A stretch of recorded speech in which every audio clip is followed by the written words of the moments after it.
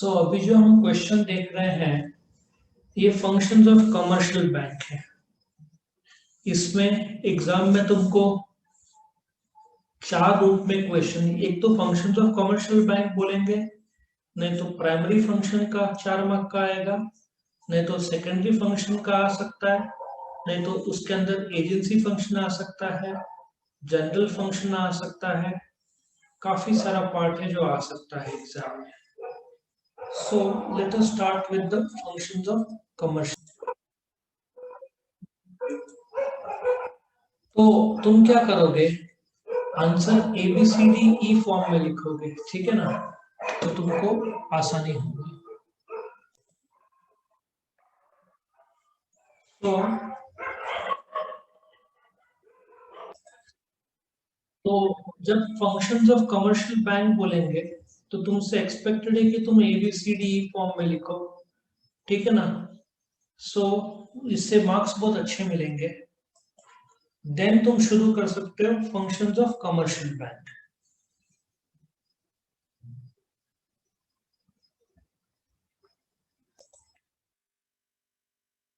अब जो functions of commercial bank है, एक होगा प्राइमरी फंक्शन, करेक्ट, एक होगा सेकेंडरी फंक्शन।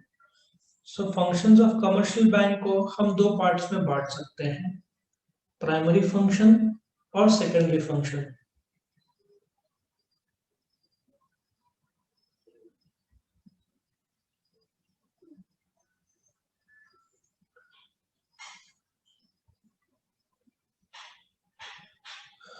जो प्राइमरी फंक्शन है दैट इज एक्सेप्टिंग डिपॉजिट्स और एडवांसिंग लोन्स। प्राइमरी फंक्शन में दो फंक्शंस है या दो पार्ट्स है उसके, एक्सेप्टिंग डिपॉजिट और एडवांसिंग ऑफ लोन्स।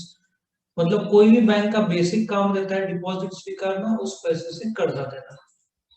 और जो डिपॉजिट्स है उसमें तुमको अलग अलग डिमांड और सेव करंट टाइम डिपॉजिट्स, इसमें ऑफ कोर्स चार है, सेविंग, करंट, फिक्स्ड और रिकरिंग, बट उसका मीनिंग हम बताएंगे।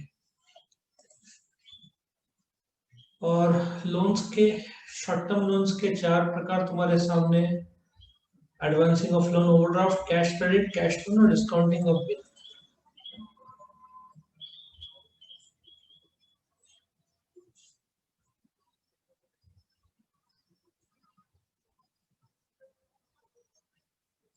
तुम्हारा जो सेकेंडरी फंक्शन है उसको हम दो पार्ट्स में बांट सकते हैं, एजेंसी फंक्शंस और जनरल फंक्शंस। सो तुम्हारे सामने एजेंसी फंक्शंस का एक लिस्ट आ रहा है और जनरल फंक्शंस का एक लिस्ट आ रहा है। ये सब एक्सप्लेन किया जाएगा डिटेल्स में।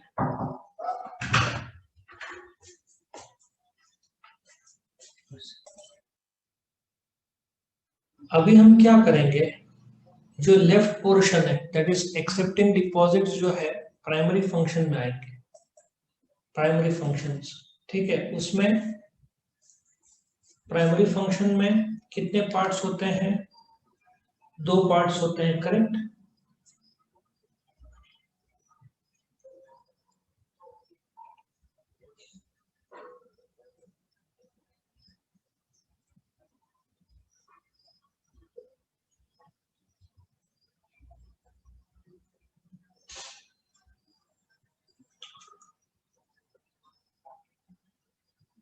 सो तुम्हारे सामने प्राइमरी फंक्शन में एक्सेप्टिंग डिपॉजिट्स आया, एडवांसिंग ऑफ लोन्स आया,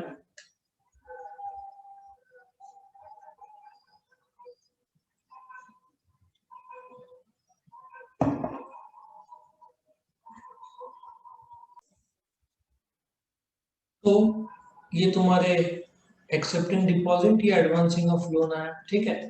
सो अभी हम क्या करेंगे कि ये लेफ्ट पोर्शन है, प्राइमरी फंक्शन में बैंक पैसा डिपॉजिट लेता है लोगों से, कस्टमर से, और उस पैसे से जिसको कर्जा चाहिए उसको शॉर्ट टर्म कर्जा देता है।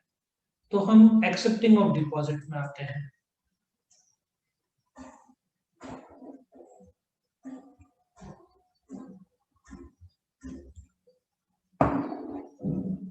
जो कि प्राइमरी फंक्शन है। तो तुम्हारे सामने एक लिस्ट तैयार करते हैं प्राइमरी फंक्शन में। प्राइमरी फंक्शन में सबसे पहला क्या है? Accepting deposit.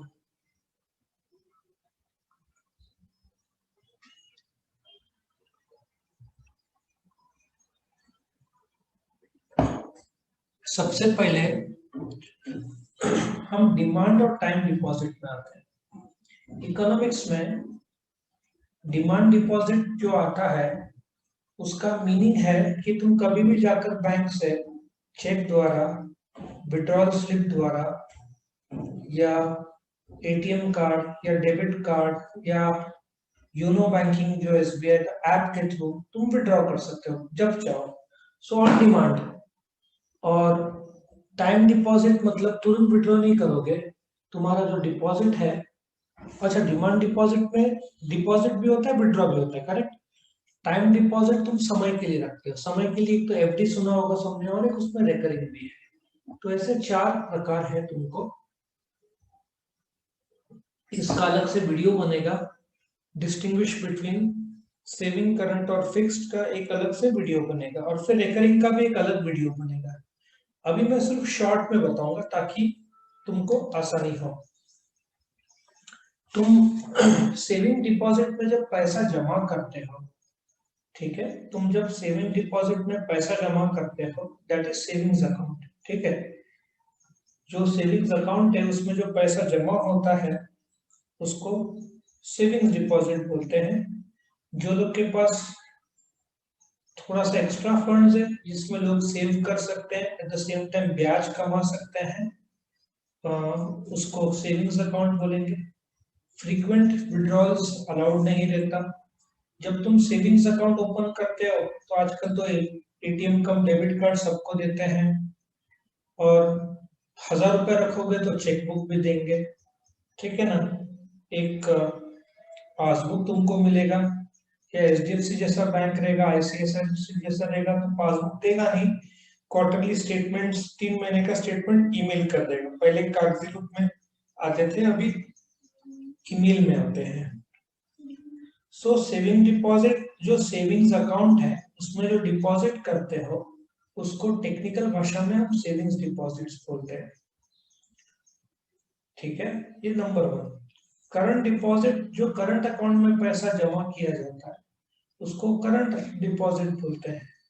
करंट अकाउंट में या करंट डिपॉजिट में ब्याज लगभग 0 रहता है, उसमें ब्याज मिलता नहीं है। नॉर्मली नॉर्मली क्या, सिर्फ बिजनेसमैन ही करंट में अकाउंट ओपन करते हैं। तुम्हारे नाम का अकाउंट करंट डिपॉजिट में सॉरी करंट अकाउंट में तुम्हारे नाम से खुल नहीं सकता अनलेस तुम्हारा बिजनेस तुम्हारे नाम से है।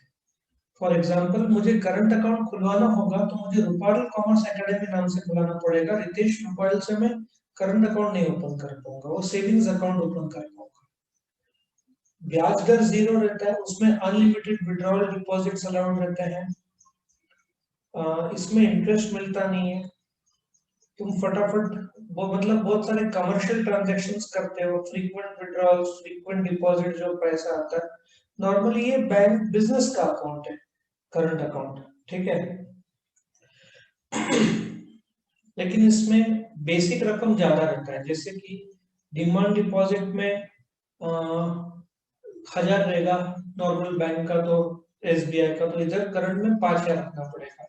एचडीएफसी में कम से कम 10,000 है बैलेंस, तो करंट में 25,000 होगा, correct. Coming to next, time deposit, उसमें 2 प्रकार है, एक है रेकरिंग, एक है फिक्स्ड। रेकरिंग तुमने देखा होगा, जिनका हर रोज का गल्ला है, जैसे कि होटल ले लो, ठीक है, या जो बाल काटने वाले हैं, मेडिकल शॉप, किराना शॉप, रोड साइड में जो रास्ते में भाजी बेचते हैं, हर रोज का जिनका कलेक्शन है, ये लोग क्या करते हैं, पावती सुना होगा, लोग आते हैं पावती, 100 रुपए लोग देते हैं और पावती वाला लेके जाता है। सुना है, देखा है, सुना है तुमने? रिसीट, छोटा सा रिसीट देता है उनको। Yes sir. तो ये उनके लिए है। वैसे तो तुम हर रोज का नहीं करते, वीकली मंथली भी कर सकते हो। सो रेकरिंग डिपॉजिट नॉर्मली जिनका कैश में टर्नओवर ज्यादा है या जो हर हफ्ते हर महीने कुछ न कुछ पैसा डालना चाहते हैं, रिकरिंग डिपॉजिट उसको बोलते हैं। इस सबसे कम इंटरेस्ट रहता है करंट डिपॉजिट में, सबसे ज्यादा रहता है फिक्स डिपॉजिट में। सेविंग्स में अभी तो काफी कम है, 3-3.5% का है, लेकिन रिकरिंग में तुमको सेविंग से ज्यादा मिलेगा, करीबन 4.5-5 जितना मिलेगा। सो सेविंग से ज्यादा बट फिक्स डिपॉजिट से कम इसका ब्याज रहता है। सो एक ऐसा फायदा होता है कि हर रोज पैसा डाले, गले में 5-6 हजार है, 100 रुपए निकालो तो समझेगा मैंने। तो लोग क्या करते हैं, हर रोज ऐसे जमा करते जाते हैं और फिर 3 से 5 साल बाद लमसम इनको पैसा मिलता है। तो ये रिकरिंग डिपॉजिट है।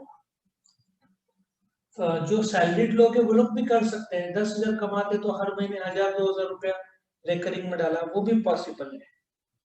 Next is fix deposit. Fix deposit तुम कम से कम ऐसा सोच लो ना, 15 से 16 दिन, और ज्यादा से ज्यादा 5 साल 10 साल के लिए आराम से डाल सकते हो। 5 साल के ऊपर डालोगे एफडी में तो तुमको इनकम टैक्स बेनिफिट मिलेगा अंडर सेक्शन 80C। ब्याज दर सबसे ज्यादा रहता है, लेकिन आज के तारीख में ब्याज दर 5.5, 5.5, 6 से ज्यादा होगा नहीं, क्योंकि कर्जे के ब्याज होम लोन का 60% पे आ गया है। सो बाकी सब जगह रेट ऑफ इंटरेस्ट भी गिरता है। तो सेविंग्स में तो 3% ही होगा, 2-3%। एफडी का भी 4-5 के ऊपर फिलहाल तो अपने देश में लगभग कहीं नहीं होगा, बहुत कम जगह होगा। जब तुम फिक्स डिपॉजिट करते हो तुमको फिक्स डिपॉजिट रिसीट मिलता है, तुम उसको किसी और के नाम पे कर नहीं सकते। वो डिपॉजिट का रिसीट गुम गया तो बैंक में एफिडेविट कराना पड़ता है, तो बहुत झंझट रहता है, इसलिए डिपॉजिट रिसीट संभालने का। और यदि तुमने 6 महीने के लिए किया और 6 महीने के लिए बढ़ाना चाहते हो तो वो डिपॉजिट रिसीट लेके जाके वो पीछे साइन कर देते हैं और एक्सटेंड कर देते हैं। तो उसको एक्सटेंशन रिन्यूअल भी करते आता है जितना टाइम फ्रेम के लिए तुमको चाहिए। एक ऐसा फायदा होता है एफडी का कि तुमको फिर लमसम मिलता है, तुम्हारे पास एक्स्ट्रा पैसा है तो सेविंग अकाउंट में बहुत कम मिलेगा, तो उससे अच्छा एफडी में डालो। आजकल ऐसा ऑनलाइन सुविधा भी रहता है कि तुम्हारा खाते में लाख रुपए के ऊपर बैलेंस चला गया तो ऊपर का ऑटोमेटिक एफडी में ट्रांसफर हो जाए, ऐसे सुविधा है आजकल। ठीक है, तो इसको हम फिक्स डिपॉजिट बोलेंगे। वैसे तो इसको लर्न करना बहुत आसान है, कुछ है नहीं खास डिपॉजिट में सेविंग करंट, लेकिन फिर भी इसका एक छोटा सा स्टोरी बनाया है मैंने। अब ये प्राइमरी फंक्शन है, तो ऐसा सोचो, अकाउंट ओपनिंग इन बैंक, ठीक है। तुम ऐसा सोचो, एक जूनियर केजी है, एक सीनियर केजी है, या अकाउंट ओपनिंग में एक आदमी अकाउंट ओपन करने जाता है बैंक में। देना बैंक, डी मतलब डिमांड डिपॉजिट का, देना बैंक में जाता है डिमांड डिपॉजिट करने। सो पहला ए पार्ट क्या है, एक आदमी अकाउंट ओपनिंग देना बैंक, डी मतलब क्या, डिमांड डिपॉजिट, उससे याद रहेगा जो तुम्हारा। और उसमें सेविंग्स डिपॉजिट, वो शेड्यूल बोलते ना, वो शेड्यूल कास्ट का रहता है। मतलब ऐसा सिंपल सा लॉजिक सोचो, एक आदमी डिमांड या देना बैंक में जाता है, डी मतलब डिमांड, वो आदमी रहता है शेड्यूल कास्ट, SC, सेविंग्स और करंट, ठीक है। और वो दोपहर के 12 बजे जाता है टाइम डिपॉजिट, और बैंक को बोलता है कि मैं हर रोज रिकरिंग हर रोज आऊंगा और मेरा फिक्स टाइम होगा दोपहर को 2 बजे। 12 बजे के बजाय 2 बजे बोल दो तो पॉइंट नंबर 2 होगा, या 12 बजे। सो एक आदमी है जो देना बैंक डिमांड डिपॉजिट, शेड्यूल का सेविंग्स और करंट, टाइम 12 बजे जाता है और बोलता है हर रोज मैं रिकरिंग डालूंगा और फिक्स टाइम में आऊंगा 12 बजे। सबको समझ में आया, 12 बजे या 2 बजे आया समझ में सबको ये स्टोरी? Yes sir. अभी हम आएंगे प्राइमरी फंक्शंस के सेकेंड पार्ट में। प्राइमरी फंक्शंस का जो सेकेंड पार्ट है, प्राइमरी फंक्शन में 2 पार्ट है, एक एक्सेप्टिंग डिपॉजिट जो पिछले स्लाइड में था, ये दूसरा पार्ट है लेंडिंग।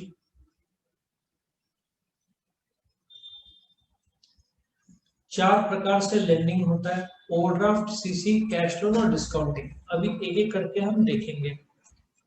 नाउ ओवरड्राफ्ट, तुमने बैंक ओवरड्राफ्ट फाइनल अकाउंट्स में सीखा है कि हम लोग उसको लायबिलिटी साइड में डालते हैं। ओवरड्राफ्ट सिर्फ करंट अकाउंट में मिलता है। तुम्हारा बैंक अकाउंट का बैलेंस 0 है, तुम किसी को चेक दोगे तो तुम्हारा चेक बाउंस हो जाएगा। तुमने सामने वाले को 10,000 का चेक दिया, तुम्हारे खाते में 0 है, तो सीधी बात है तुम्हारा चेक बाउंस ही हो जाएगा। सो बोलने का तात्पर्य यह है कि ओवरड्राफ्ट में तुम्हारा बैलेंस 0 है, तुमने 10,000 का चेक दिया तो बैंक तुम्हारा चेक क्लियर कर देगा, सामने वाले को दे देगा पेमेंट, और तुम्हारा बैलेंस हो जाएगा -10,000। -10,000 मतलब एक प्रकार का कर्जा बैंक ने तुमको दिया है, ठीक है ना। सो ओवरड्राफ्ट फैसिलिटी एक ऐसा फैसिलिटी है जिसके तहत तुम्हारा बैलेंस भले 0 है, फिर भी तुम ऊपर का सामने वाले को चेक दे सकते हो, विड्रॉल कर सकते हो। तुम्हारा जो बैलेंस है -10,000, उस पे ब्याज लगेगा।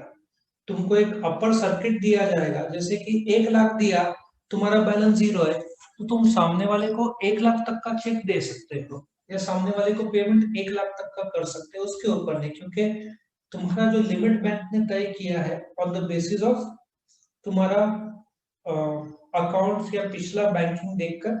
हर कंपनी का अलग अलग लिमिट्स होता है, महिंद्रा एंड महिंद्रा का तो करोड़ों में होगा, अरबों में होगा, है ना। सो ओवरड्राफ्ट फैसिलिटी में क्या होता है, तुम्हारा बैलेंस 0 है, फिर भी तुमने विड्रॉ किया -10,000, फिर तुमको एक चेक आया 5,000 का, तुमने जमा किया, तो तुम्हारा कर्जा -10 था, अभी +5 हो जाएगा, -5 हो जाएगा, क्योंकि 5,000 जमा हुआ। शॉर्ट टर्म के लिए रहता है ये कर्जा, ठीक है ना, शॉर्ट टर्म लोन है। सारे के सारे जो लेंडिंग है, ये चारों लोन शॉर्ट टर्म माने जाते हैं, क्योंकि डिवेंचर ये सब तो लॉन्ग टर्म लोन है, और कमर्शियल बैंक तो शॉर्ट टर्म कर्जा देने के लिए जो डेफिनेशन में आता है, ठीक है। सो बैंक ओवरड्राफ्ट ये था। अच्छा, बैंक ओवरड्राफ्ट में तुमको स्टॉक गिरवी रखना पड़ेगा, इतना आसान नहीं होगा, ऐसे ही तुमको कर्जा नहीं मिलेगा। तुम जो चेक दे रहे हो, बैलेंस दे रहे हो, फिर भी बैंक क्लियर कर रहा है, तो तुमको कुछ स्टॉक स्टेटमेंट देना पड़ेगा, ताकि बैंक को गारंटी हो कि तुम पे करोगे, लौटाओगे। और तुमने नहीं लौटाया तो बैंक के पास स्टॉक गिरवी है, तो उसके हिसाब से तो बैंक तुम्हारा स्टॉक बेच के पैसा वसूल सकता है। बैंक ओवरड्राफ्ट और नेक्स्ट जो है कैश क्रेडिट, वैसे तो सिमिलर कंसेप्ट है, लेकिन सिर्फ कैश क्रेडिट पे तुम्हारा करंट अकाउंट नहीं है, और तुम्हारा जो ब्याज लगता है, इंटरेस्ट लगता है, वो जितना तुमको लिमिट 1 लाख का दिया है, बट 1 लाख पे ब्याज लगेगा नहीं। तुमने जितना 0 के ऊपर का चेक दिया है, जैसे 10,000, तो 10,000 पे ही ब्याज लगेगा। तुम्हारा लिमिट 1 लाख है, तुमने 10,000 का चेक दिया, तुम्हारा बैलेंस -10,000 है, तो ये 10 माइनस मतलब तुमने बैंक से कर्जा लिया, ये 10,000 पे ब्याज लगेगा। उसी प्रकार से कैश क्रेडिट में तुमको एक लिमिट दिया जाता है। तुम्हारा बैंक में अकाउंट नहीं भी चलता है, नहीं हो तो भी चलता है, स्टॉक स्टेटमेंट देना पड़ेगा। और जब जब तुमको पैसों की जरूरत है, तब तक सीसी का यूज करो। अच्छा, तुम्हारे करंट अकाउंट में बैलेंस 0 है, तुमने 10,000 का चेक दिया, -10,000 हुआ, 10,000 पे ब्याज शुरू हो जाएगा, बट एक 15,000 का चेक आया, तुमने जमा किया, -10, 10,000 का जो कर्जा था वो लौटा दिया, 5,000 ऊपर का तुम्हारा बैलेंस बन गया। सो अभी ओवरड्राफ्ट नहीं है, फेवरेबल बैलेंस है। तुमने बैंक रिकॉन्सिलिएशन स्टेटमेंट में सीखा होगा, जो बैलेंस पासबुक का डेबिट है, इसका मतलब कर्जा है, क्रेडिट है मतलब फेवरेबल बैलेंस। उसी प्रकार तुम्हारा कैश बुक बैंक कॉलम में जो डेबिट है वो फेवरेबल है, कैश बुक क्रेडिट जो है वो बैंक ओवरड्राफ्ट है। क्रेडिट मतलब तुम्हारा बैलेंस माइनस में है, ठीक है, तो इसको कैश क्रेडिट बोलते हैं। अभी तीसरा कैश लोन, पहला दूसरा जो है बैंक ओवरड्राफ्ट और कैश क्रेडिट में और कैश लोन में सबसे बड़ा फर्क यह है कि बैंक ओवरड्राफ्ट में तुम्हारा 1 लाख का लिमिट दिया है, तुमने 10,000 का ही चेक दिया है, तुम्हारा बैलेंस -10,000 है, तो तुमको 10,000 में ही ब्याज लगेगा। कैश लोन में तुमने 1 लाख रुपए का कैश लोन लिया, पर सामने वाले को 10,000 का ही चेक दिया, लेकिन ब्याज 1 लाख का लगेगा, क्योंकि तुमने पूरा 1 लाख का कैश लोन तुम्हारे खाते में ट्रांसफर करा दिया। बैंक ओवरड्राफ्ट में लिमिट 1 लाख का है, लेकिन तुम जितना लिमिट के अंदर 10,000, 15,000, 20,000, 25,000 का चेक दोगे या माइनस बैलेंस रहेगा, उस पर ब्याज लगेगा। कैश लोन में तुम्हारा, जैसे एसबीआई ने तुम्हारे खाते में 1 लाख रुपए ट्रांसफर कर दिया है कैश लोन, तो तुम्हारा, तुमने भले 10,000 का ही चेक दिया सामने वाले को, लेकिन तुम्हारा जो 1 लाख का जमा किया है उस पे ब्याज लगेगा, पूरा का पूरा 1 लाख पे। तो ये फर्क है। एंटायर अमाउंट ऑफ लोन में दिया जाता है। नॉर्मली तुमको कुछ गिरवी रखना पड़ेगा। तुम लौटाने का जो प्रक्रिया है, या तो महीने का करो या साल में एक बार करो। आजकल गोल्ड लोन में भी फैसिलिटी दे दिया है। पहले क्या होता था, तुमने 1 लाख रुपए का गोल्ड लोन लिया तो हर महीने 2-2 हजार का इंस्टॉलमेंट, 3-3, 8-8 हजार का इंस्टॉलमेंट भरो। अभी बैंक्स कोऑपरेट करते हैं। कोविड के टाइम में बैंक बोलते हैं काम करो, 1 लाख है, तुम 6-6 महीने में ब्याज भरो और अगले साल पूरा 1 लाख रुपए लौटा दो, तो बैलेंस क्लियर हो जाएगा। ठीक है। और चौथा है discounting of bill. Discounting of bill में बैंक्स शॉर्ट टर्म फाइनेंस देती है। जैसे ये तो एक्सप्लेन करने की जरूरत ही नहीं है। अपना जो ट्रेड बिल था, याद है, 2 पार्टीज 3 पार्टीज रहते हैं, ड्रॉई पे। ड्रॉर बिल ड्रॉ करता है, ड्रॉई एक्सेप्ट करता है, वापस आता है ड्रॉर के पास, वो बैंक में जाता है, शॉर्ट टर्म कर्जा लेता है जिसको डिस्काउंटिंग बोलते हैं। चार्जेस जो बैंक लेता है इंटरेस्ट की जगह पे, उसको डिस्काउंट बोलते हैं। नॉर्मली 3 से 4 महीने के लिए बिल रहता है। ड्यू डेट में ड्रॉई बैंक को पैसा दे देगा तो बिल क्लियर हो जाएगा। ड्रॉई ने पैसा नहीं दिया तो बैंक ड्रॉर से वसूलेगा। ठीक है। तो डिस्काउंटिंग ऑफ बिल मतलब बिल ऑफ एक्सचेंज तुमको ऑलरेडी पता है, तो इसमें ज्यादा डिटेल एक्सप्लेन करने की जरूरत नहीं है।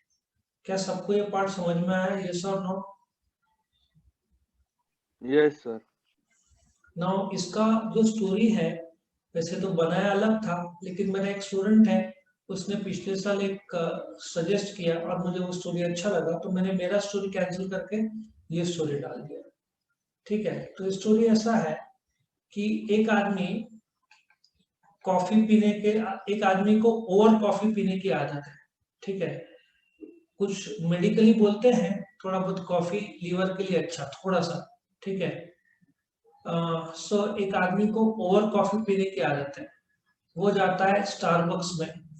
पर स्टारबक्स में तुमने सुना है 1,500 रुपए की कॉफी मिलती है स्टारबक्स में? वैसे तो 250-300 से चालू होता है, 200-250, 250 से आई थिंक चालू होता है, लेकिन वहां पे 1,500 रुपए की भी कॉफी है। सुना है तुमने? सुना है कि नहीं सुना है? बताओ, जवाब तो दो।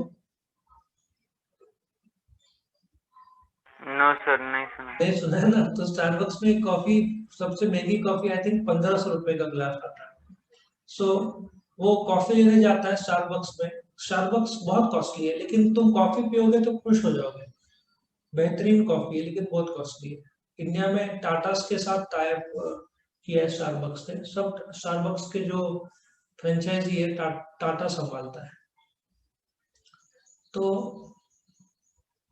तुम, एक आदमी को और कॉफी पीने की आदत है, वो स्टारबक्स जाता है।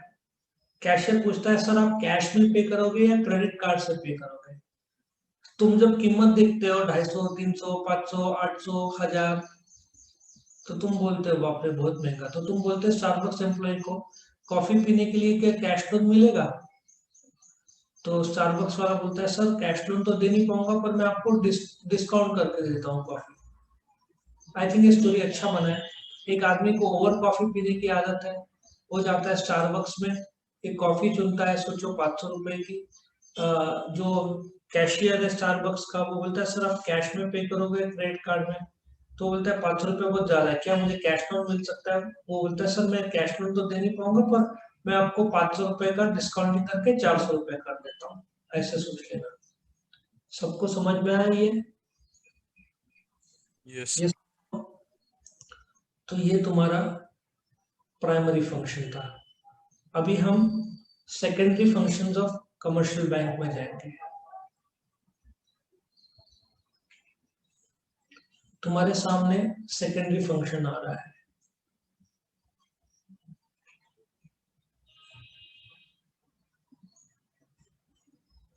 सेकेंडरी फंक्शन में दो भाग में डिवाइडेड है। ठीक है ना? सेकेंडरी फंक्शन को आगे 2 पार्ट्स में डिवाइड किया है। एक होता है एजेंसी फंक्शन, जो कि बैंक एज एन एजेंट अपना फर्ज निभाता है, और जनरल फंक्शन जो हर एक बैंक कर सकता है। सो अभी ये तुम्हारा एजेंसी फंक्शंस का एक लिस्ट है, ये तुम्हारा जनरल फंक्शंस का एक लिस्ट है, करेक्ट। अभी हम क्या करेंगे, सबसे पहले एजेंसी फंक्शन में आएंगे कि बैंक एज एन एजेंट क्या क्या काम करता है, ठीक है। सो एक मिनट, कुछ तो गड़बड़ी हुआ है, मैं इसको सेट कर लेता हूं।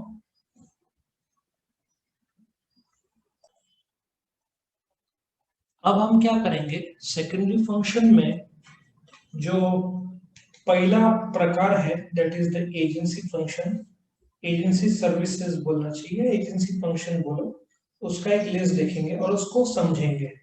बहुत इजी है, आराम से हो जाएगा। सो सबसे पहला टोटल 6 फंक्शंस है। पहला payment of customer cheques. For example तुम्हारा एसबीआई में एक अकाउंट है, ठीक है, तुम पेमेंट करते हो बीवाईके कॉलेज को फीस। बीवाईके कॉलेज का वैसे अकाउंट बैंक ऑफ महाराष्ट्र में है, कॉलेज रोड में है ना, बीवाईके कॉलेज के बाद कॉलेज रोड में बैंक ऑफ महाराष्ट्र है। तो तुम चेक देते हो फीस का, कितना फीस है 12th स्टैंडर्ड का, कितना फीस है 12th स्टैंडर्ड का?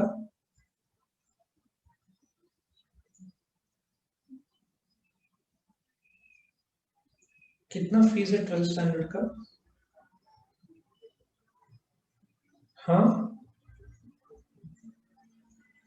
Let us assume 8000।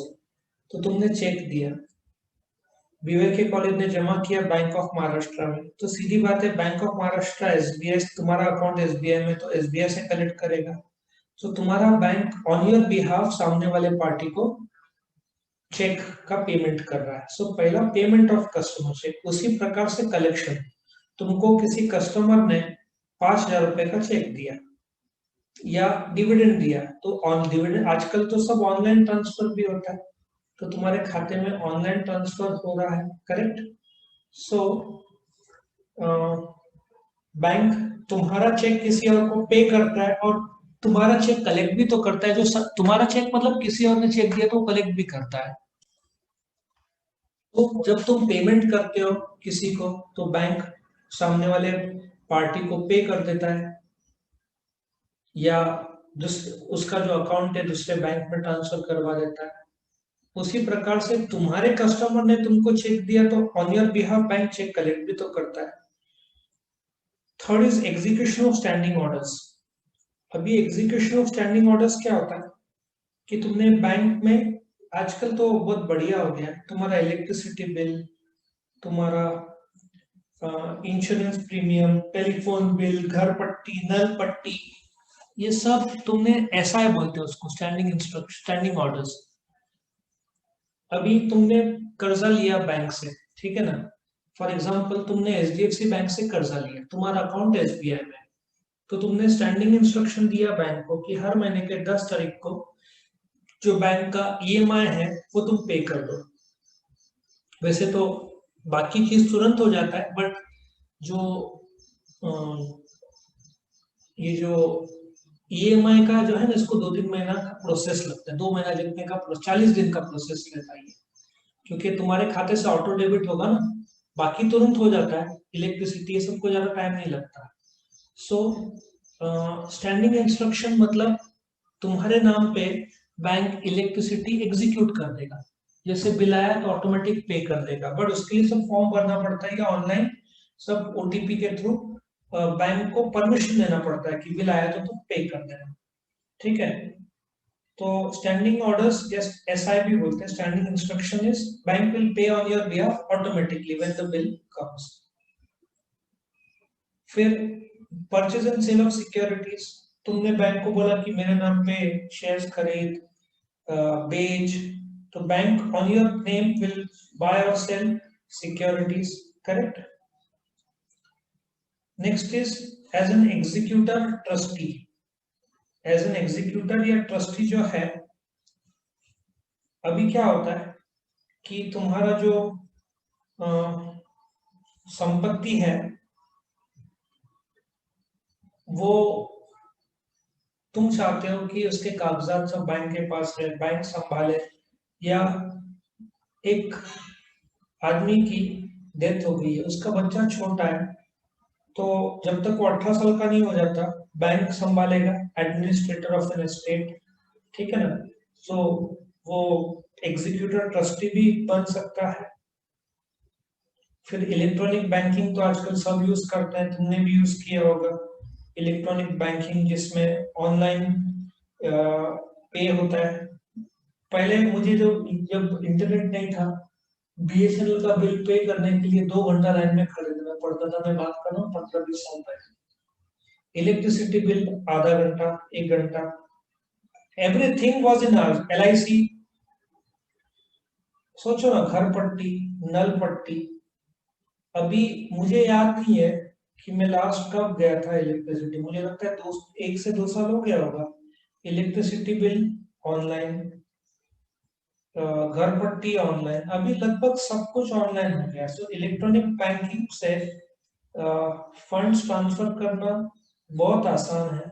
आजकल तो यूपीआई आ गया है, डेबिट कार्ड है, इंटरनेट बैंकिंग है, 50 जरिए हैं जिसके थ्रू तुम पे कर सकते हो। ई बैंकिंग सबसे बढ़िया आज के तारीख में।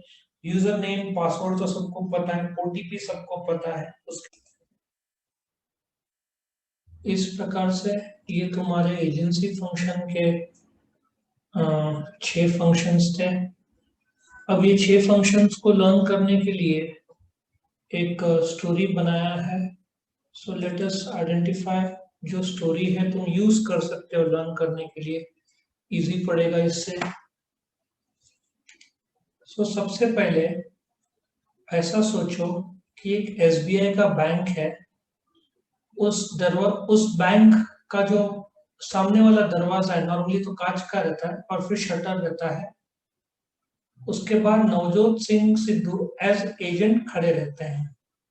सो तुम्हारे सामने ऐसा सोचो, ये देखो ये एसबीआई बैंक है, ठीक है। ऊपर एसबीआई का नाम और लोगो आ गया, और उस बैंक के दरवाजे के सामने नवजोत सिंह सिद्धू खड़े रहते हैं। सो जो तुम्हारा पॉइंट नंबर 1 था, जो कि पेमेंट ऑफ कस्टमर चेक्स था, तो अभी ऐसा इमेजिन करो एसबीआई का बैंक है, बैंक के बाहर नवजोत सिंह सिद्धू एज एजेंट खड़े हुए हैं। उतने में चंकी पांडे आता है, ठीक है, जो एसबीआई का कस्टमर है, वो एक चेक लेके आता है, ठीक है, एक चेक लेकर आता है।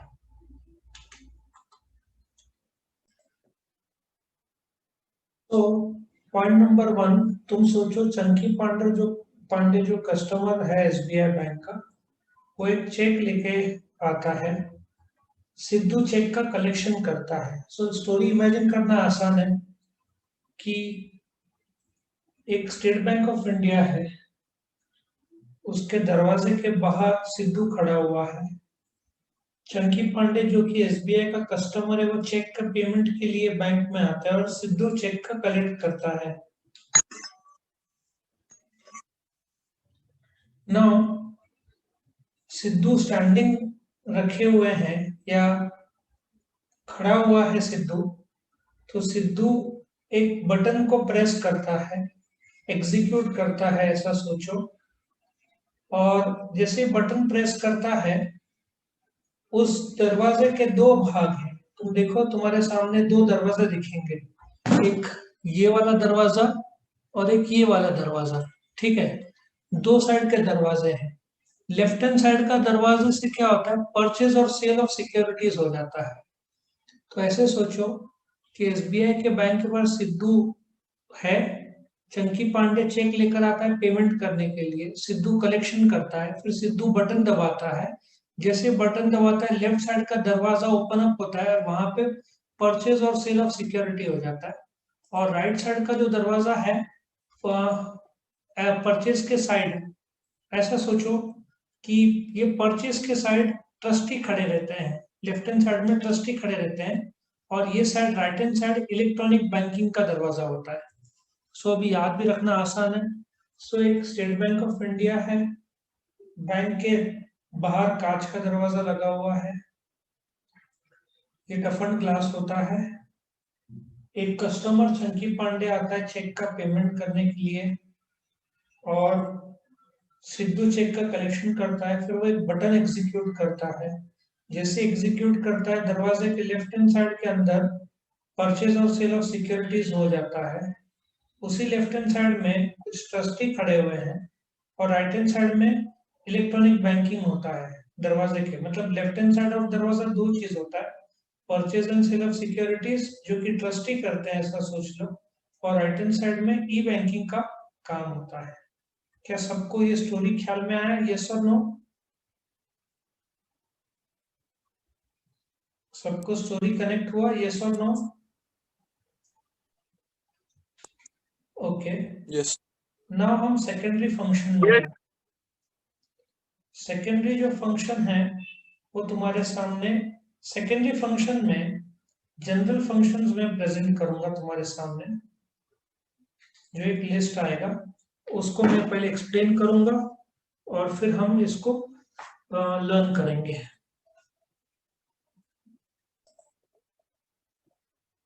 नाउ अभी हम सेकेंडरी फंक्शंस देखेंगे।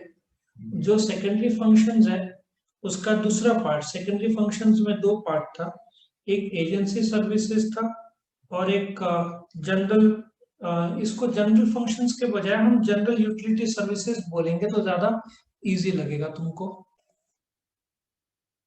तो सेकेंडरी फंक्शंस में जनरल यूटिलिटी जो काम करता है बैंक को एक एक करके हम देखेंगे, बहुत इंटरेस्टिंग है।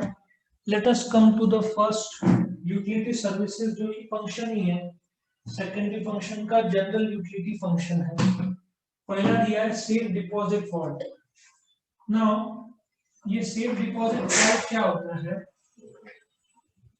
हर एक बैंक में कुछ लॉकर्स होते हैं, बैंक के अंदर, सामने कभी नहीं रहेगा, अंदर के बाजू रहेगा।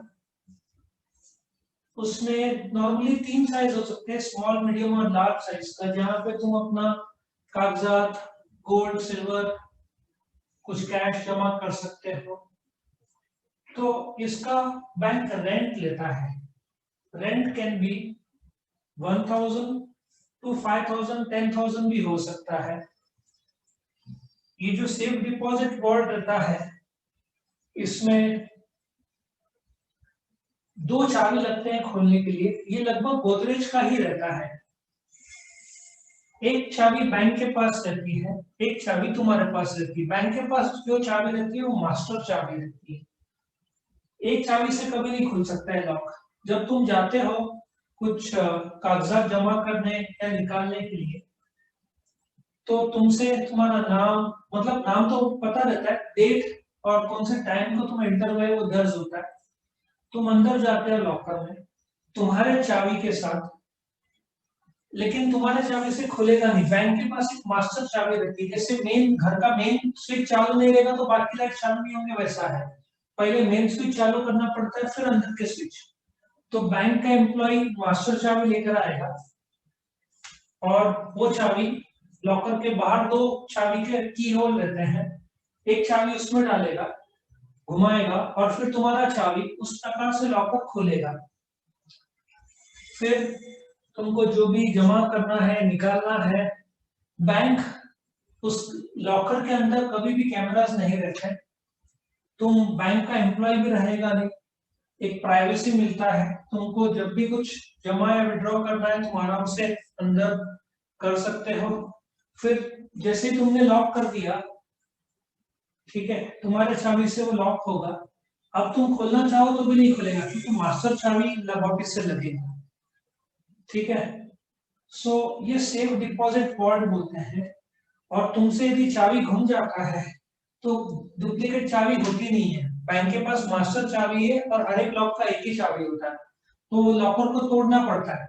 और बाय द वे, लॉकर तुमसे चाबी घूम जाती है तो तोड़ने का खर्चा 5000 बैंक तुमसे लेता है कस्टमर। उसमें भी तुमको एफिडेविट सब करवाना पड़ता है कि तुमसे चाबी घूम गई है, लॉकर तोड़वाओ तो 5-6 हजार का तो चार्ज लगना ही है, ठीक है।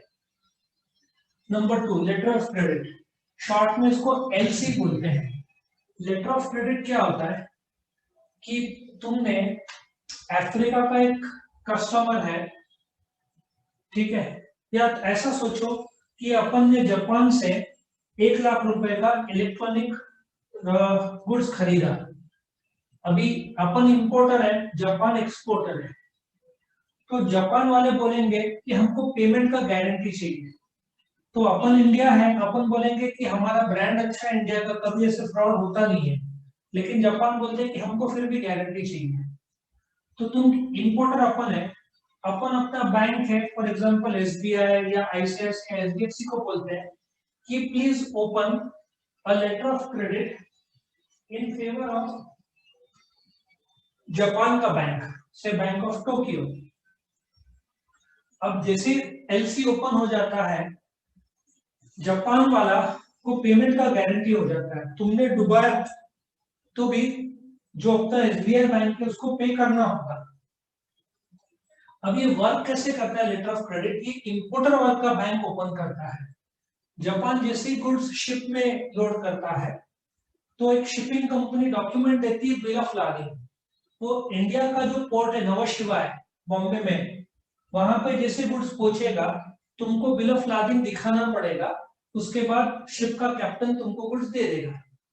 तो बैंक ऑफ टोक्यो करता है, बिल ऑफ लाद क्या करता है, बिल ऑफ लादिंग तुमको देने के बजाय तुम्हारे बैंक को देता है। से फॉर एग्जांपल एसबीआई, जैसे एसबीआई को देता है तो 1 लाख रुपए देना बाकी है, एसबीआई तुमको बोलता है 1 लाख रुपए दो, तुम एसबीआई को 1 लाख रुपए देते हो, SBI Japanese electronic companies for example Panasonic को 1 लाख दे देता है। सो लेटर ऑफ क्रेडिट एक ऐसा डॉक्यूमेंट है जो बैंक ओपन करता है in favour of exporter. Exporter को पेमेंट ऑफ का गारंटी हो जाता है, एलसी को तोड़ कैंसिल नहीं कर सकते, बिकॉज वंस ओपन हो गया तो इंपोर्टर भाग नहीं सकता, बैंक को पेमेंट करना पड़ेगा। अब तुम बोलो कोई कस्टमर भाग गया, तो कोई भी इंपोर्टर का बैंक, जैसे तुम कस्टमर हो बैंक के, बैंक ऐसे एलसी देगा नहीं। बैंक तुम्हारा क्रेडिट हिस्ट्री चेक करेगा, इतने सालों का बैंकिंग चेक करेगा, उसके बाद ही इन फेवर ऑफ एक्सपोर्टर वो लेटर ऑफ क्रेडिट देगा। शॉर्ट में मैंने बताया, बहुत डिटेल है ये, इसमें बहुत सारे प्रकार भी लेटर ऑफ क्रेडिट के, बट फिलहाल के लिए इतना ही समझो, letter of credit importers bank open करता है इन फेवर ऑफ एक्सपोर्टर, जिससे एक्सपोर्टर का गुड्स जो बेच रहा है इंपोर्टर को डूबेगा नहीं, क्योंकि अपन अफ्रीका के बहुत सारे कंपनीज गुड्स लेके भाग जाते हैं, पैसा देते नहीं है। तो जैसे ही बैंक ने एलसी ओपन किया, अपन ने अफ्रीका को बेचा, तो अपने को पेमेंट का गारंटी हो जाता है, बैंक इंटरनेशनल लेवल पे अपना नाम खराब नहीं करता है ना। सो ये पॉइंट नंबर 2 था लेटर ऑफ क्रेडिट। तीसरा, dealing in foreign exchange. Now सारे बैंक्स फॉरेन एक्सचेंज में डील नहीं करते, जैसे कॉलेज रोड में 2 बैंक में बोल सकता हूँ, कोटक महिंद्रा बैंक और एचडीएफसी बैंक डील करता है। नाउ ये फॉरेन एक्सचेंज क्या होता है, सबसे पहले तो reserve bank of India permission देता है जिनको, जो लोग फॉरेन एक्सचेंज, अच्छा मेरे पास $1000 में तुमको $2000, तुम मुझे दो 75,000, नहीं चलेगा। ये सिर्फ बैंक्स के थ्रू या ऑथराइज्ड डीलर्स जो आरबीआई के अपॉइंटेड लोग हैं उनके थ्रू ही तुम करेंसी को एक्सचेंज कर सकते हो, डॉलर्स इनटू रुपीस और रुपीस इनटू डॉलर्स। सो कुछ बैंक्स फॉरेन एक्सचेंज का भी डीलिंग करते हैं, वो लोग क्या बोलते हैं, $75 चल रहा है तो वो लोग बोलेंगे हम खरीदेंगे 73 में और बेचेंगे 75 में, ₹2 उनका प्रॉफिट, ठीक है।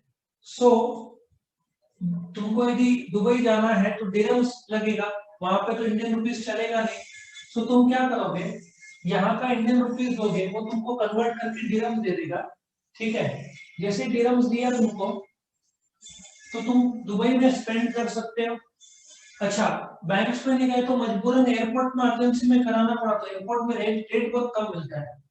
जैसे कि तुम्हारे पास ₹1,00,000 है, ₹1,00,000 में करीबन 5,000 दिरहम्स आना चाहिए, एयरपोर्ट में कराओगे तो 4,500 ही दिरहम मिलेगा। इसलिए एयरपोर्ट में कभी भी करेंसी का एक्सचेंज नहीं कराने का, वहां पे बहुत कम रेट मिलता है। बार्गेन वहां पे भी होता है, लेकिन कभी भी एक्सचेंज एयरपोर्ट के बजाय यहां से करके जाने का। सो डीलिंग इन फॉरेन एक्सचेंज। चौथा है अंडर राइटिंग। अंडर राइटिंग क्या होता है? अभी जोमेटो का शेयर्स आया था, आई थिंक 20,000 करोड़ का था शायद, ठीक है, मुझे रकम चेक करना पड़ेगा। अंडर राइटिंग क्या होता है? जोमेटो का शेयर्स मार्केट में आया था, सुना था तुमने, यस और नो? Yes sir. तो क्या होता है, सपोजिटली उनको चाहिए 20,000 करोड़। वैसे तो 20,000 करोड़ चाहिए, तो मार्केट ने 2.5 लाख करोड़ दिया, उनको लौटाना पड़ा 2,25,000 करोड़। सो बोलने का तात्पर्य यह है कि जोमेटो ने जब शेयर्स मार्केट में लाए तो हो सकता है मार्केट वाले खरीदे नहीं, 20,000 करोड़ का सिर्फ 15,000 करोड़ दे, उनको चाहिए 20,000 करोड़। तो अंडर राइटर्स क्या होते हैं? बड़े बड़े बैंक्स होते हैं जो जोमेटो और अंडर राइटर्स के बीच एक एग्रीमेंट होगा, उसको अंडर राइटिंग एग्रीमेंट बोलते हैं। उसके तहत जोमेटो को जो 20,000 करोड़ चाहिए, उसका मार्केट से यदि सिर्फ 15,000 करोड़ आता है तो जोमेटो को तो पैसे कम मिले, प्रोजेक्ट बंद होने का चांसेस हो सकता है। तो अंडर राइटर्स प्रॉमिस करते हैं जोमेटो को कि यदि 20,000 करोड़ से कम आए तो ऊपर का 5,000 करोड़ जो कम पड़ रहा है वो हम दे देंगे, ठीक है। सो कंपनी को गारंटी हो जाएगा कि पब्लिक ने पैसा नहीं दिया तो अंडर राइटर्स दे देंगे। अब कोई भी फुकट का तो काम करेगा नहीं, अंडर राइटर्स ने 5,000 करोड़ दिए बैंक को यदि कम पड़ा तो, लेकिन कमीशन 5,000 करोड़ पे नहीं, पूरे के पूरे 20,000 करोड़ का देना पड़ता है। क्योंकि जब 20,000 करोड़ का इश्यू ला रहे हैं जोमेटो, तो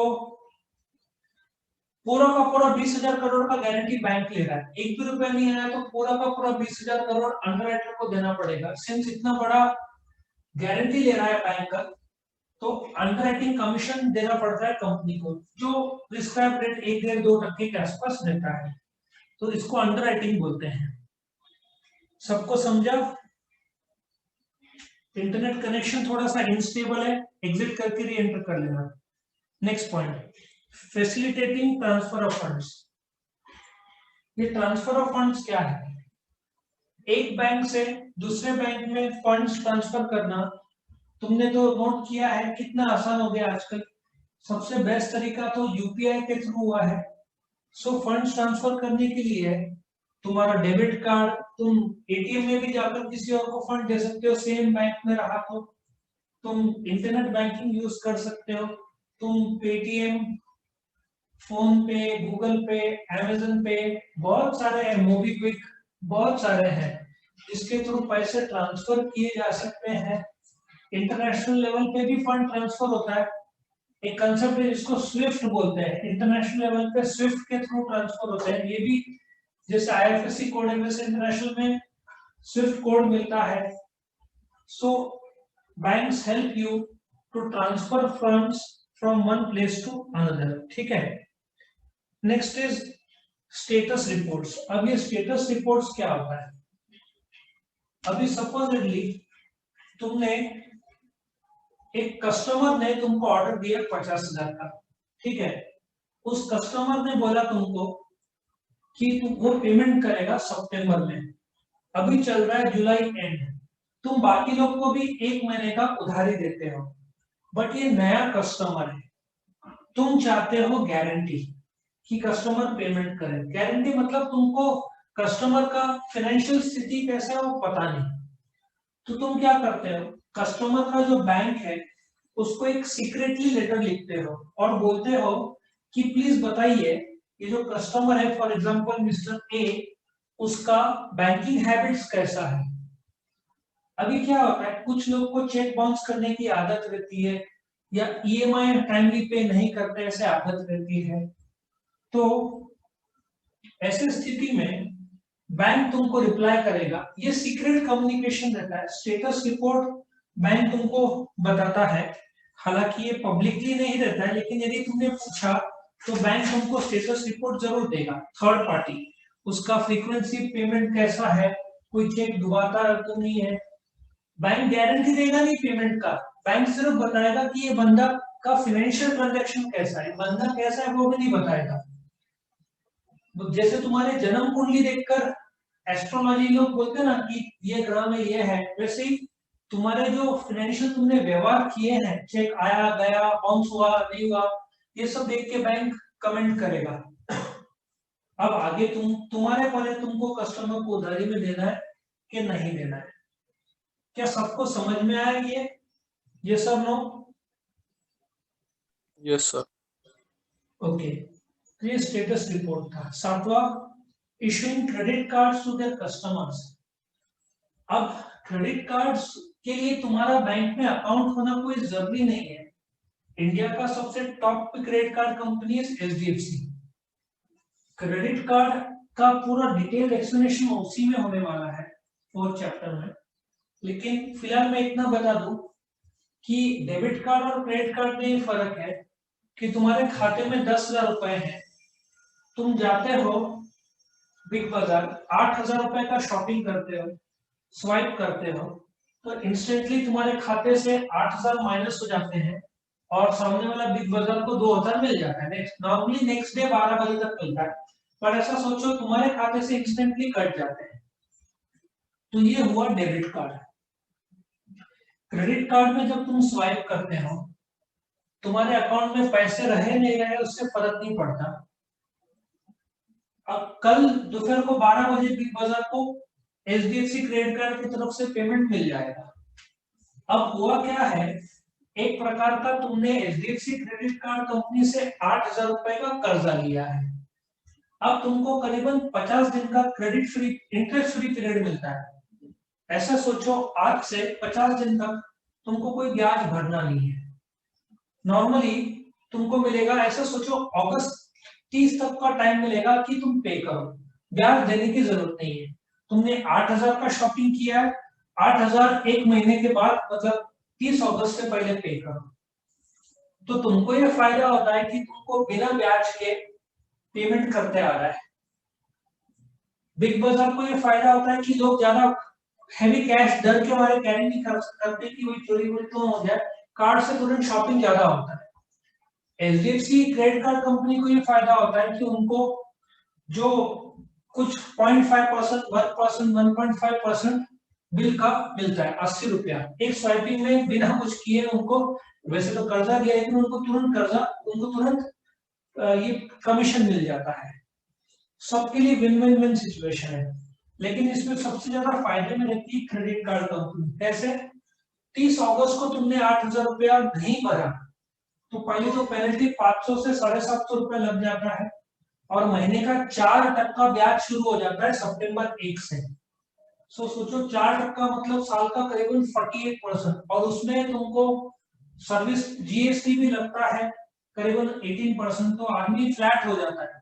इसलिए क्रेडिट कार्ड जितना लोग सोचते बढ़िया, उतना ही डेंजरस भी है, ठीक से यूज नहीं किया जाए। क्रेडिट कार्ड यूज करने में कोई हर्ज नहीं है, लेकिन उसका टाइमली पे करना बहुत जरूरी है। फिर कुछ लोग बोलते हैं कि हम रिस्क लेंगे नहीं, क्रेडिट कार्ड रखेंगे नहीं, बट मेरे हिसाब से एक क्रेडिट कार्ड रखना चाहिए। जब तुम फॉरेन जाते हो ना, वहां पे तुम्हारा एसबीआई ये सब कभी कभार कार्ड नहीं चलता, लेकिन क्रेडिट कार्ड जरूर चलता है। ठीक है, तो ये तुम्हारा इशूइंग क्रेडिट कार्ड था। इसका detail explanation will be given when OC का वीडियो में तुम देख लेना। आखिरी का 8वां है एटीएम, ऑटोमेटेड टेलर मशीन। ठीक है, करीबन 1985 को इंडिया में एटीएम आया। नासिक में सबसे पहला एटीएम आईसीआईसीआई बैंक ने राजीव गांधी भवन के बाहर चालू किया या शुरू किया। भारत में करीबन 2 लाख के आसपास एटीएम है, 2,01,000 के आसपास, लेकिन ज्यादा स्पीड में बढ़ नहीं रहा है क्योंकि एटीएम को मेंटेनेंस कॉस्ट बहुत लगता है। तो एटीएम और बैंक आजकल प्रेफर कर रहे हैं कि तुम ऑनलाइन ट्रांसफर करो, क्योंकि एटीएम में जाओगे, पैसा विड्रॉ करोगे, डिपॉजिट करोगे, इसमें फिर बैंक का काम पड़ता है, इसलिए ऑनलाइन ट्रांसफर ज्यादा सपोर्टिंग माना जाता है। तो एटीएम के बजाय एक्चुअली आजकल जो वर्ड नया आ रहा है वो सीडीएम आ रहा है। एटीएम एक वक्त के बाद रिप्लेस हो जाएगा बस सीडीएम। सीडीएम क्या होता है? कैश डिपॉजिट मशीन, जो एटीएम भी है, वहां पे तुम कैश जमा भी कर सकते हो और कैश विड्रॉ भी कर सकते हो। एटीएम एक ऐसी मशीन है जो कि 24 आवर्स तुम कैश डिपॉजिट, पहले तो डिपॉजिट नहीं था, सिर्फ विड्रॉ था, अब तो तुम डिपॉजिट भी कर सकते हो, विड्रॉ भी कर सकते हो, चेकबुक ऑर्डर कर सकते हो, जो भी मेजर काम ना, चेकबुक या नया कार्ड, ये सब तुम with the help of ATM machine तुम कर सकते हो। हाँ, इंडिया में अभी भी कैश काफी तौर पर यूज होता है, इसलिए लोग एटीएम मशीन का काफी यूज करते हैं। तुम कभी भी एसबीआई के एटीएम के बाहर जाओ, तुमको बहुत सारा लाइन मिलेगा, लोग खड़े हुए हैं। सबसे ज्यादा कठिनाई तो डिमोनेटाइजेशन के बाद हुआ था, जब लिमिट आ गया था विड्रॉल का, तभी बहुत कठिनाई हुआ था लोगों को। लेकिन एटीएम आने के बाद में लाइफ बहुत इजी हो गया है, क्योंकि बैंक का टाइमिंग ज्यादा से ज्यादा सवेरे 9 से शाम को 4 तक रहेगा। 4 के बाद तुमको अर्जेंट कैश की जरूरत पड़ी तो तुम कहाँ जाओगे, ठीक है ना। तो यहाँ पे एटीएम का फायदा होता है। एक जमाने में कितने भी ट्रांजेक्शन करो कोई प्रॉब्लम नहीं था, लेकिन अभी लिमिट आ गया है, एक एटीएम में तुम 5 ट्रांजेक्शन कर सकते हो, उस छठवा रहा तो कुछ चार्ज लगता है, मुझे लगता है 10 रुपया, और अभी जनवरी से कुछ बढ़ने वाला है, वो 10 का आई थिंक 12 से 15 रुपया हो जाएगा। सो 5 ट्रांजेक्शन एटीएम में कुछ भी, कैश विड्रॉल, डिपॉजिट, तुम्हारा अकाउंट बैलेंस चेक करना है, बट कभी भी एटीएम कार्ड से अकाउंट बैलेंस चेक नहीं करने का। तुम्हारे पास मोबाइल में ऐप होगा बैंक का, उससे 2 सेकंड में चेक होता है। सो एटीएम का मशीन कैश डिपॉजिट या विड्रॉल के लिए, बाकी तुमको चेकबुक चाहिए ये सब के लिए भी नहीं यूज करने का, क्योंकि ये सब आराम से मोबाइल ऐप से ऑर्डर किए जा सकते हैं। ज्यादातर तो कैश का ही काम करने का, उसके अलावा एटीएम का यूज नहीं करना चाहिए, ठीक है। सो ये एटीएम के बारे में था। अगेन इसका अलग से वीडियो उसी में भी आएगा, so we need not go into the detail of this. क्या सबको यहाँ तक समझ में आया सेकेंडरी फंक्शंस? Yes sir. अभी इस पे भी मैंने एक स्टोरी बनाया है जनरल फंक्शंस का, जो सेकेंडरी पार्ट है। जनरल यूटिलिटी सर्विसेज बोलना चाहिए, जनरल फंक्शंस बोलो। अब ये ऐसा स्टोरी है, ऐसा सोचो कि चंकी पांडे बैंक का कस्टमर है, उसको कर्जा चाहिए रहता है, तो वो बैंक के अंदर जाता है। बैंक के अंदर सेफ डिपॉजिट वॉल्ट्स है, जहां पे उस बोलते हैं ना, उसका एक लॉकर है वहां पे, तुम्हारे सामने दिख रहे होंगे, दिख रहा है 2 चाबी दिख रहा है इधर, 1 और 2 दिख रहा है क्या, 2 चाबी फोटो में? Yes sir. Yes sir. ये उसका चाबी है, ये इधर उसका चाबी लगेगा, इधर बैंक के पास जो मास्टर चाबी है वो लगेगा, उससे ही खुलेगा लॉकर, वरना खुलता नहीं है। लॉकर टूट गया, 5,000 रुपए चार्ज लगता है भाई, लॉकर तुमसे चाबी गुम गई तो चाबी बहुत संभाल के रखने का। So Chunky Pandey safe deposit vault के अंदर जाता है, और जैसे ही लॉकर खोलता है, उसमें से मनमोहन सिंह निकलता है लेटर ऑफ क्रेडिट के साथ। ऐसे सोचो कि जैसे ही वो लॉकर खोलता है, तो उस लॉकर के अंदर से मनमोहन सिंह निकलते हैं, उनके हाथ में होता है लेटर ऑफ क्रेडिट। ऐसा सोचो, सोचने में क्या जाता है।